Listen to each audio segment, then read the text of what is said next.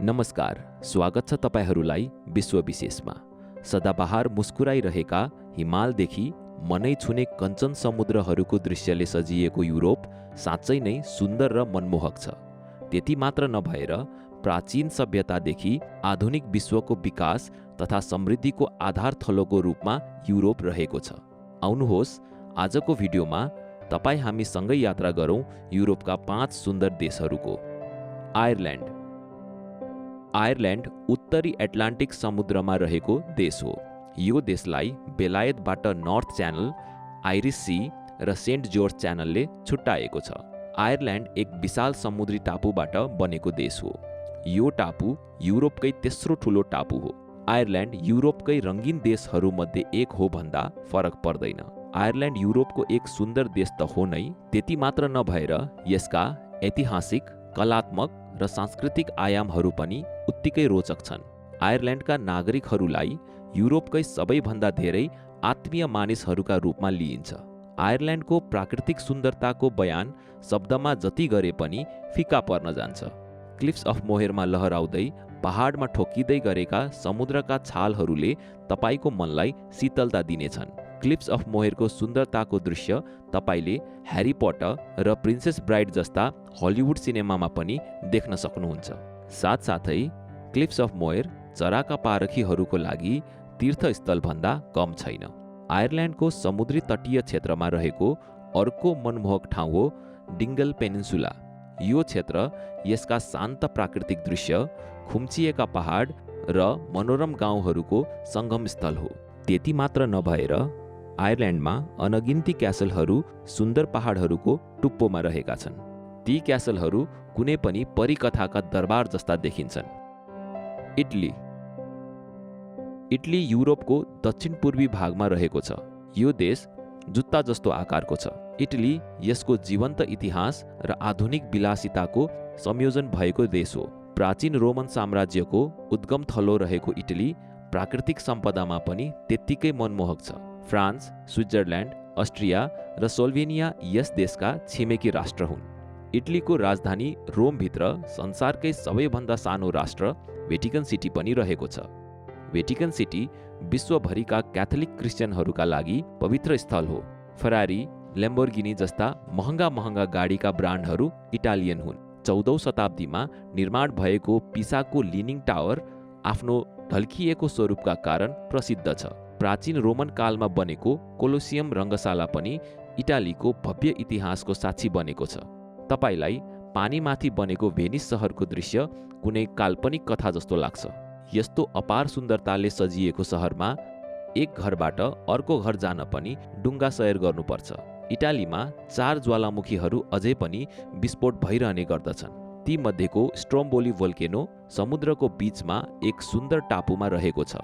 Stromboli भोल्केनोलाई Mediterranean समुद्रको बिजुली घर भनेर पनि चिनिन्छ। इटालीमा विभिन्न ताल, झरना, तटीय क्षेत्रहरूका साथै हिमालहरूको सौन्दर्यको आनन्द लिन वार्षिक लाखौं पर्यटकहरू आउने गर्दछन्। स्कटल्यान्ड। स्कटल्यान्ड संयुक्त राज्य बेलायतको एक राष्ट्रको रूपमा रहेको छ। यो देश बेलायतको उत्तरी भागमा रहेको छ। तीनै तर्फबाट समुद्रले घेरिएको स्कटल्यान्डको 154 किलोमिटर लामो जमिनको सिमाना इङ्ल्यान्डसँग जोडिएको छ। स्कटल्यान्ड घुम्दा छुट्याउन नहुने सम्पदा हो एडिनब्रग क्यासल। यस क्यासललाई युनेस्कोले वर्ल्ड हेरिटेज साइटको सूचीमा दाखिला गरेको छ। स्कटल्यान्डको इतिहासको उतार चढावहरूको साक्षीको रूपमा यो क्यासल एक प्राचीन ज्वालामुखीको पहाडको टुप्पोमा अवस्थित छ। एडिनब्रगमा घुम्नका लागि एडिनब्रग जू र रोयल बोटानिकल गार्डन चाखलाग्दा ठाउँहरू हुन्। स्कटल्यान्डको राष्ट्रिय प्राकृतिक सम्पदाको रूपमा संरक्षित ग्लेनकोका पहाड र हरिया पाटनहरूको दृश्यले तपाईँको मन अवश्य पग्लनेछ। गाडीबाट यात्रा गर्दा तपाईँले ग्लेनकोका जुनसुकै स्थानबाट पनि मनै लोभ्याउने शान्त वातावरणको अनुभव लिन सक्नुहुन्छ। स्कटल्यान्डका सहर बाहिरका क्षेत्र प्राकृतिक रूपमा निकै सुन्दर छन्। ती क्षेत्रहरूले प्रकृतिको विशाल शून्यता र स्थिरताको अनुभूति गराउँछन्। मनोरम पहाडका टुप्पोहरूमा रहेका आलिशान क्यासलहरू राजकीय ठाँटमा रहेका छन्। त्यस्ता क्यासलमाथि पुगेर उचाइको दृश्य हेर्न लायकका हुन्छन्। स्कटल्यान्डको संस्कृतिको प्रतीकका रूपमा अनगिन्ती क्यासलहरू रहेका छन्। नर्वे। यदि तपाईलाई प्रकृतिको विशाल आवरणमा हराएर तन र मनलाई शान्त र शीतल गराउने रहर छ भने नर्वे अवश्य तपाईको रोजाइमा पर्नेछ। सहर बजार र धुवाँधुलोबाट टाढा मानव जीवनको कोलाहलबाट शून्यतामा हराउनका लागि नर्वेका मनै लोभ्याउने पहाड र हरिया पाटनहरू पर्याप्त छन्। नर्वेको लगभग आधा जनसङ्ख्या राजधानी ओस्लोको वरिपरि बसोबास गर्छन्। ओस्लो सहरमा भव्य मानव बस्ती र प्राकृतिक सम्पदाको अतुलनीय संयोजन देख्न सकिन्छ। तपाई ओस्लो फ्योर्डको अकल्पनीय दृश्यमा रम्दै त्यहाँका टापुहरूमा मनोरञ्जनका लागि विभिन्न क्रियाकलापहरूमा भुल्न सक्नुहुन्छ। फ्योर्ड भन्नाले समुद्र र तालको समायोजन भएको साँघुरो पहाडले घेरिएको ठाउँलाई बुझ्न सकिन्छ। ओस्लो सहरमा राजदरबार र ओस्लो ओपेरा हाउस घुम्न लायकका छन्। भाइकिङ सिप म्युजियममा तपाईले भाइकिङ्सहरूको इतिहास र उनीहरूका चाखलाग्दा जहाजका विषयमा जान्न सक्नुहुन्छ। ट्रोम्सो सहर नर्दर्न लाइट्सको अवलोकन गर्नका लागि विश्वकै उत्कृष्ट ठाउँ हो। नर्दर्न लाइट्स पृथ्वीको नर्थ पोल नजिकै आकाशमा देखिने रङ्गीचङ्गी भव्य आकारका किरणहरू हुन्। यसको दृश्यले तपाईलाई आश्चर्यको अनुभव गराउनेछ।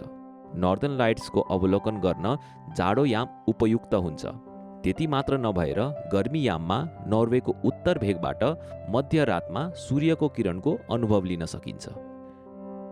स्विट्जरल्यान्ड। स्विट्जरल्यान्ड युरोपको मात्र नभएर संसारकै सुन्दर देशहरूमध्ये एक हो। संयुक्त राष्ट्र सङ्घको हेडक्वार्टर पनि भएको यस देशमा वार्षिक लाखौँ सङ्ख्यामा पर्यटकहरू आउने गर्दछन्।